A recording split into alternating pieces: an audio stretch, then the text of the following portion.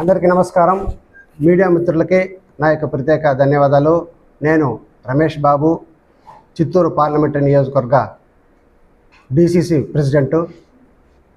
ఇవాళ ఈరోజు పత్రికా సమావేశం చెందిన ముఖ్య ఉద్దేశం ఏమిటంటే, ఇటీవల చూసాము నీట్ లీకేజ్ వల్ల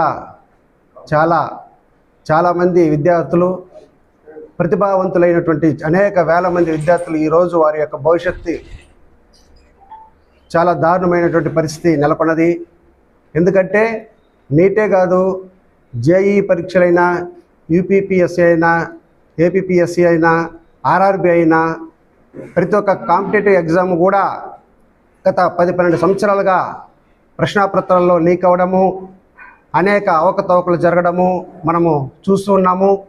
దీనికి ముఖ్య కారణము ఇప్పుడు కేంద్రంలో పాలిస్తున్నటువంటి బీజేపీ ప్రభుత్వము ప్రధానంగా మనం చెప్పవచ్చు. ఎందుకంటే గతంలో ఎప్పుడూ లేని విధంగా ఈరోజు విద్యా వ్యవస్థ చిన్నాభిన్నమైందని మనందరూ చూస్తున్నాము. చిన్నాభిన్నమైనటువంటి ఈ వ్యవస్థని మళ్ళీ మార్చాలంటే అంత చిన్న విషయం కాదు. అనేక మంది జీవితాలు నాశనం అవుతున్నాయి. ఇటీవల చూసాము నీట్ పరీక్ష లీకేజ్ వల్ల స్నేహ అనే అమ్మాయి ఆత్మహత్య కూడా చేసుకోవడం మనం చూసాము. అనేక మంది విద్యార్థులు బలి అవ్వడం మనం చూస్తున్నాము. కాబట్టి ఇటువంటి కుళ్ళిపోయిన వ్యవస్థని మార్పాలంటే మళ్ళీ మన భారతదేశంలో మళ్ళీ ఇటువంటి విద్యా వ్యవస్థ, మంచి విద్యా వ్యవస్థ రావాలంటే కూడా ఇటువంటి కిరాతకమైనటువంటి ఈ బీజేపీ ప్రభుత్వం ఉన్నంత కాలము ఎట్టి పరిస్థితుల్లో మార్పు రాదని మేము ఈ పత్రిక ముఖంగా తెలియజేస్తున్నాము. మళ్ళీ కాంగ్రెస్ పాలన వస్తే తప్ప మన దేశ భవిష్యత్తు, అదేవిధంగా యువత భవిష్యత్తు మెరుగుపడే అవకాశాలు లేదని మేము ఈ పత్రికా ముఖంగా తెలియజేసుకుంటున్నాము. ఇటీవల చూస్తున్నాము ప్రైవేటు విద్యా సంస్థలు, అనేకమైనటువంటి విద్యా సంస్థలు వచ్చింది. వారి యొక్క దోపిడీ ఎలా ఉందంటే, మధ్యతరగతి పేద ప్రజల పిల్లల్ని కూడా, విద్యార్థుల్ని దోపిడీ చేసుకుని వాళ్ళ ఇష్టానుసారం ఫీజులు పెంచుకుంటూ నిలువు దోపిడీ చేస్తున్నటువంటి పరిస్థితి మనం చూస్తున్నాము. దీనివల్ల లక్షలాది మంది విద్యార్థులు వారి యొక్క జీవితాలు నాశనమయ్యే పరిస్థితి మనం చూస్తున్నాము. కాబట్టి ఈ విద్యా వ్యవస్థ మారాలి, ఈ ప్రైవేట్ వ్యవస్థ మారాలి. మళ్ళీ పూర్వవైపు తీసుకురావాలంటే, ఈ విద్యా వ్యవస్థలో సమూలంగా మార్పు తేవాలంటే కూడా మళ్ళీ కాంగ్రెస్ పాలన రావాలి, రాహుల్ గాంధీ ప్రధానమంత్రి కావాలి. అప్పుడే ఈ విద్యా వ్యవస్థ బలోపేతం అవుతుంది.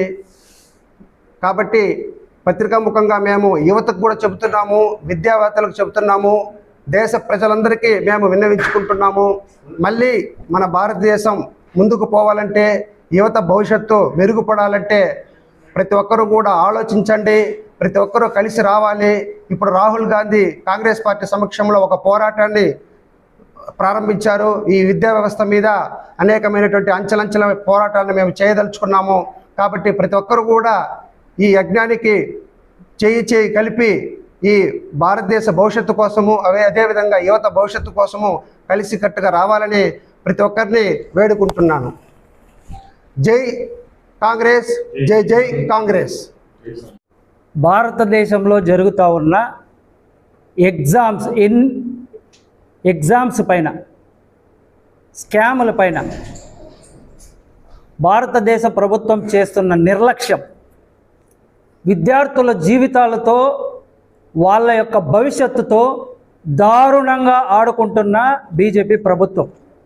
ఎందుకంటే మొన్న రీసెంట్గా 22 లక్షల మంది నీట్ ఎగ్జామ్ రాస్తే, ఆ నీట్ ఎగ్జామ్ 30,000కి, 20,000కి, 10,000కి టెలిగ్రామ్ అనే యాప్లో క్వశ్చన్ పేపరు అమ్మకానికి గురైంది. కొన్ని సంవత్సరాలుగా కష్టపడి చదివి రాత్రి పవళ్ళు వాళ్ళు చాలా కష్టపడి విద్యార్థులు చదువుకుని దానిపై ఎగ్జామ్స్ రాస్తే ఉన్న పలంగా ఒక్క ఆర్డర్తో ఆ ఎగ్జామ్స్ మొత్తాన్ని రద్దు చేయడం జరిగింది. దానివల్ల కొన్ని లక్షల మంది విద్యార్థులు మానసిక వేదనకు గురవుతున్నారు. అలాగే పదుల సంఖ్యలో విద్యార్థులు ఆత్మహత్యలు చేసుకున్నారు.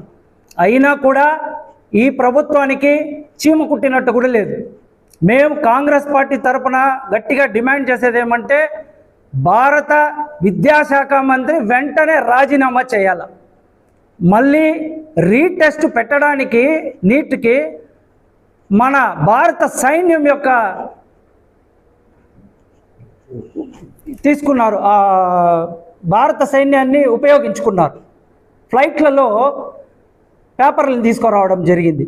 అంటే అంత దారుణంగా దిగజారిపోయినది ఈ విద్యా వ్యవస్థ. ఒక్క సంవత్సరంలో నీట్ మీద ఖర్చు పెట్టేది విద్యార్థి యొక్క తల్లిదండ్రులు ఎంతంటే 1,30,000 కోట్లు.